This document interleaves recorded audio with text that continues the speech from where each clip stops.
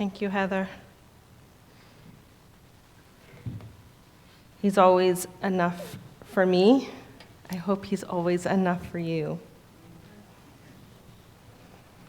I hope when you put your feet on the ground this morning, or when you were driving into church, you know that this church was praying for you. The Spirit was here already at 9 a.m. And he continues to be here through our worship, together as a family. And if this is your first time here, you hear us say this, that we're together as a family. If this is your first time here, welcome to this great, big, crazy love family. But first of all, we love the Lord first, and we want you to feel that. And then secondly, we love you. But first, we want to come to tell you that you are loved by God. So this month, the series for this past month has been, Why Should I Believe in Jesus? And I'm kind of standing down here today because I want to feel here with you and not feel like I'm up there. And that there's nothing wrong up there, but I sometimes need to keep myself in check. The first week, Pastor Joel gave you 3 reasons why why we believe. There were 4 different people that reiterated his predictions, his death and resurrection, and they were all very similar. Remember, we had the 4 different seats up here. And then Pastor asked you to raise out a name of someone who needed to hear that story. And this church blew up with a lot of names. And even last week, there were even more names and more names. In week 2, we looked at a few prophecies that were fulfilled, the lineage of Christ, his birthplace. There was a passage in Zechariah that spoke about his betrayal, which was written 500 years before he was born. And then in the passage in Isaiah, there was a prediction of how he was being treated, and that happened 700 years before he was born. But Jesus came and he fulfilled all those prophecies. There was too many we couldn't even talk about. And he fulfilled them all. This week, it's a bit different, so you just might need to stay with me a bit. It's going to be more of your personal testimony for you to share with others. So I know I'm usually taught of 3 steps, and I'm going to give you like ... So it might be a little tough to write notes this week, but just stick with me. And it's a bit of a how-to or a demonstration of how and why you should share your story. We all have one, right? We all have the story of how we came to Christ. Some of ours are a little bit longer, others are a little bit shorter, and we can even have little snippets of our bigger story. Some of you can tell people of a specific situation of how God was there for you. Maybe you were lonely, maybe there was an illness that he helped you with. But why should you share your story? Because you never know who your story is going to reach. You never know. It could be a family member, a friend, a person who you helped at a store, your barber, your hairdresser, someone in your workplace, someone in the elevator. You never know who it might be. Some of you have heard my story. I had given my personal testimony quite a few years ago. But I can say that I believe in Jesus because he has changed my life and he's not done. So from birth to my first Holy Communion, I was raised Catholic, and my dad went to the Nazarene church. And my dad came home one day and said, we are all going to go to the same church as a family, and that was the Nazarene church. And my mom's like, oh my goodness, I'm going to get divorced over religion. Because their agreement was that we were to be raised Catholic. Well, thankfully, my mom was saved in that church 5 years later. We liked Dad's church because Mrs. Larkin made really good gingerbread cookies. Remember Mrs. Larkin's gingerbread cookies? And they had children's church. And so we got to sing songs and be with kids our own age. Mom's church was nice too because we got out early, but we really liked Dad's church. So we all ended up at the Nazarene church. And so that's kind of where I grew up after that first Holy Communion age to then. And so during that time, later in life, I chose to go to a private Christian college called Eastern Nazarene College. And even though I was in a Christian school, I rebelled because I thought I had missed out on life and had fun, and I was this goody two-shoes in high school. I still remind my mom that she doesn't know how good she had it because I was really good in high school, and then she didn't know what I did in college because I wasn't home. So I rebelled.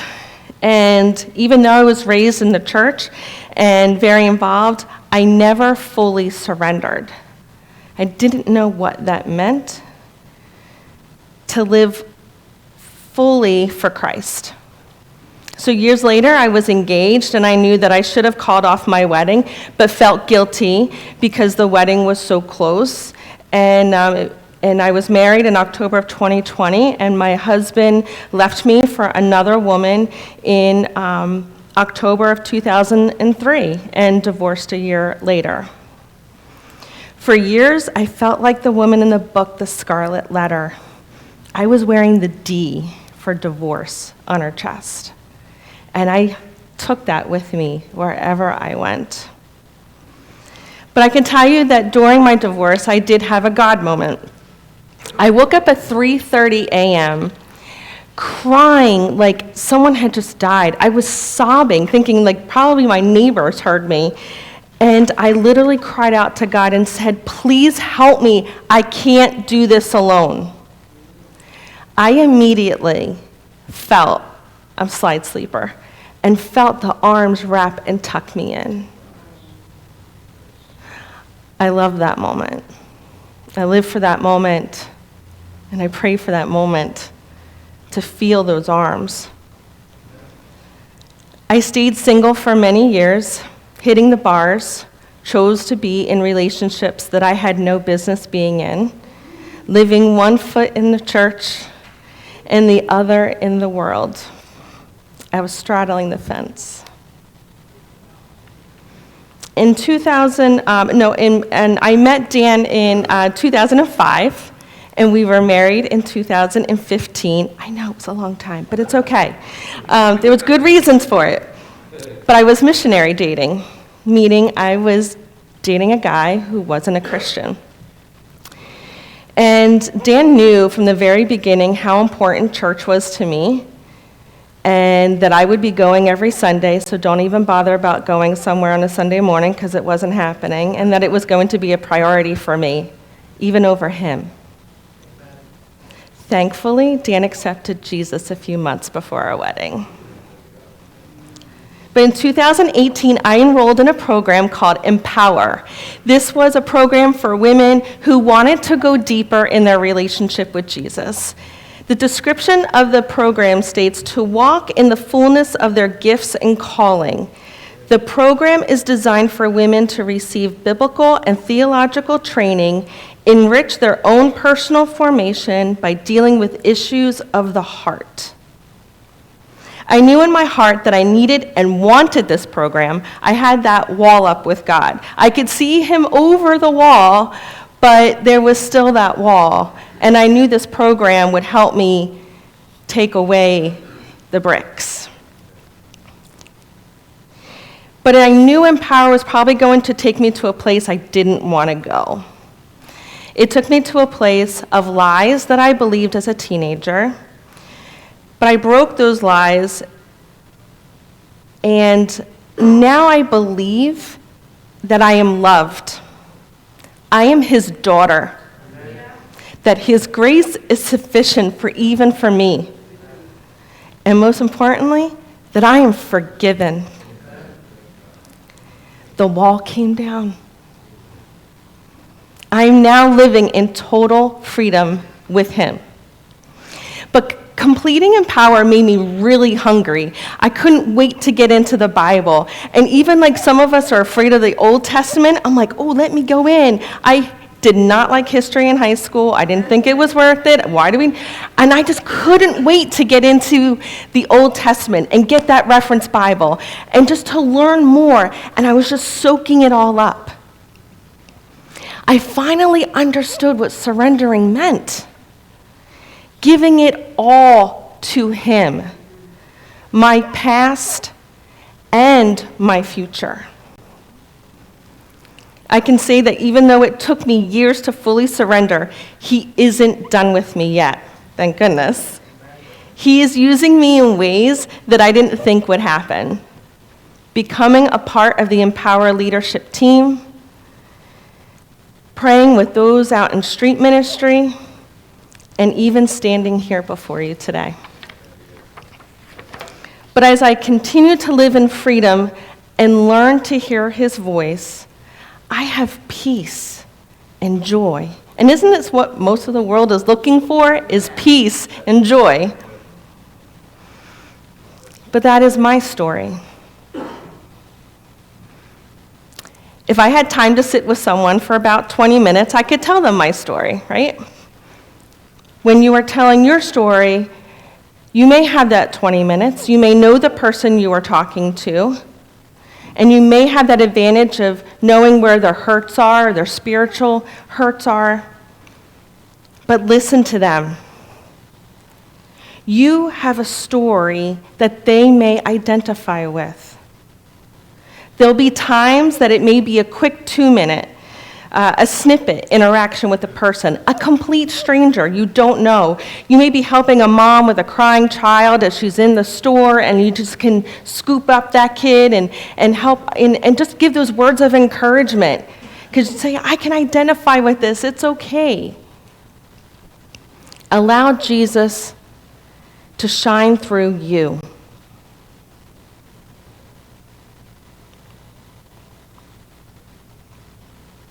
An example of a snippet was when I shared the portion of me crying out to God in the middle of the night during my loneliness and feeling of abandonment during a divorce. Others who have gone through a loss or a divorce can identify with that. A person may come out and ask, why do you believe? Give them a snippet, something that will give them to want to know more.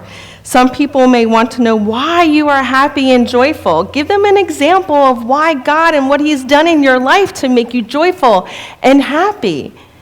That smile is infectious. Amen. They want to know. You don't have to be a great storyteller to tell your story. I don't want you thinking like, oh, well, I'm not a great storyteller and I'm not, boastful or not even just boastful. I'm just not out there. And I can tell you we have some great storytellers in this church. John, you are a great storyteller. When he preaches, you just know he's present. You can feel it. You can feel God working through him. I'll never forget when he hit his hand on that platform. I'm like, ooh, but I loved it. It was like he's a good storyteller. It's his gifting, though. And I don't want you to compare your story to his story or your story to her story. We're not comparing stories. God made you in his image. Your story is here. Your story is not here. Your story needs to come from here. God will put the right people in front of you that need to hear your story just the way you are. Amen. He is going to put those people into your life. Your story matters. You can be the youngest person in this room, or you can be the most seasoned person in this room. Like that? So you could be the most seasoned person in this room, or the youngest, and you have a story, and your story matters, and it is valid. God is never finished with you. In Exodus 7:7 tells us that Moses was 80 and Aaron was 83 when he approached Pharaoh. 80? Really? Going in front of like this really big guy, this big king, this Pharaoh? And then Moses lived to 120 years old. He wasn't done with Moses. In our first song, it says that Moses had stage fright. David brought a rock to a sword fight. And Jesus picked the most interesting group of people to be his disciples, right? He picked a tax collector, a fisherman, a zealot. He picked really different people. And there were all different people in this church. We're not all the same, or this would really be boring. Everybody has a purpose at any season of their life. Let me repeat that. Everybody has a purpose at any season of their life. You could feel dry, you could feel so excited, you can be on fire, and you can be just like, I just feel nothing. But there's still a purpose and a reason for your life. But God is not done with us. He is not done with ERC. And I have to say, I'm so happy about that. I know I have been praying for this church to want to know more, to want more, to grow deeper with our relationship with Jesus, more than coming on a Sunday, leaving feeling good, and then just coming back next Sunday, but taking what we're being taught and applying it throughout the week. But also building relationships with other brothers and sisters in Christ here in this church. That is why we always say we like to walk life together, right? We always keep saying, oh, we love to walk life together. It's true. We want to walk life with you, side by side. I would have to say that within the past half year, we've been growing deeper. Am I the only one feeling this? We have been growing deeper. There have been stories shared from our congregation of what God is doing in our church and in our lives. Story of healing, family members going home and seeing Jesus face to face. Ministries that are making a difference. Jesus spoke in parables, which were stories. They had meaning, and he spoke to his audience.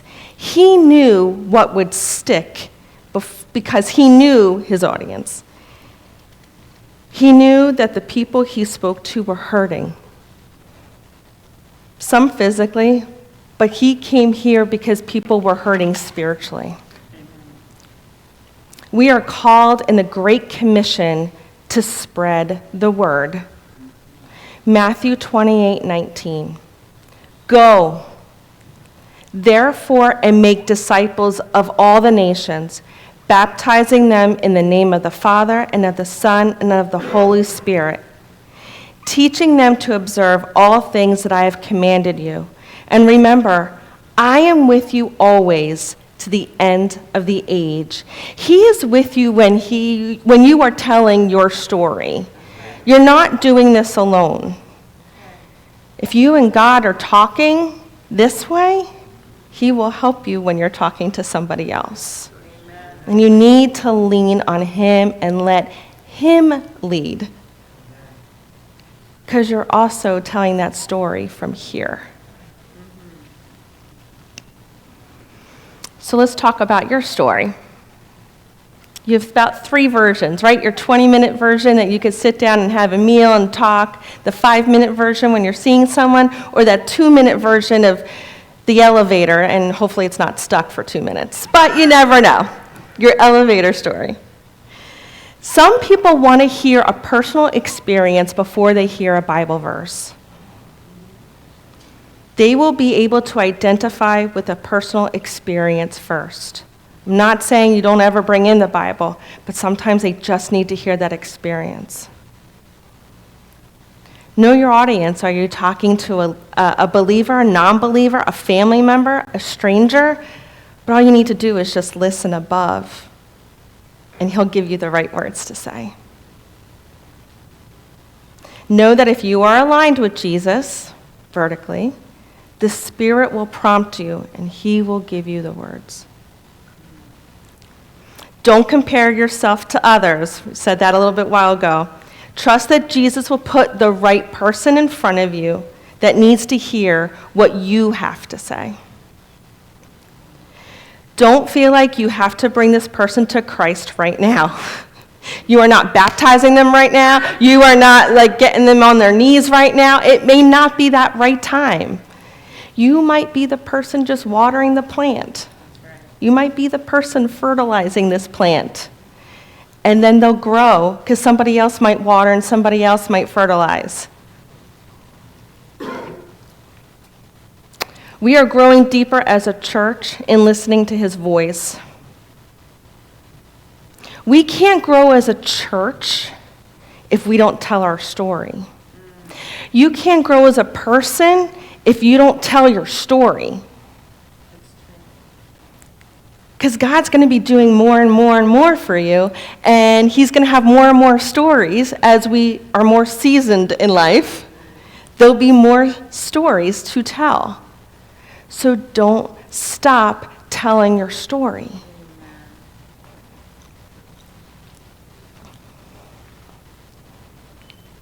What is he telling you this morning? Do I need to share my story with the person that I spoke their name out loud? Or maybe just listen to see if he wants you to share a snippet with that person. Your story matters and is valid. Know that Jesus is the change in you, and let him lead you. But in the end, we give him the glory. We give him the praise, and we thank him for that opportunity, and we move on. Because there might be someone coming up behind you doing a little bit more water and a little bit more fertilizing. You never know. Thank him and thank him for that opportunity.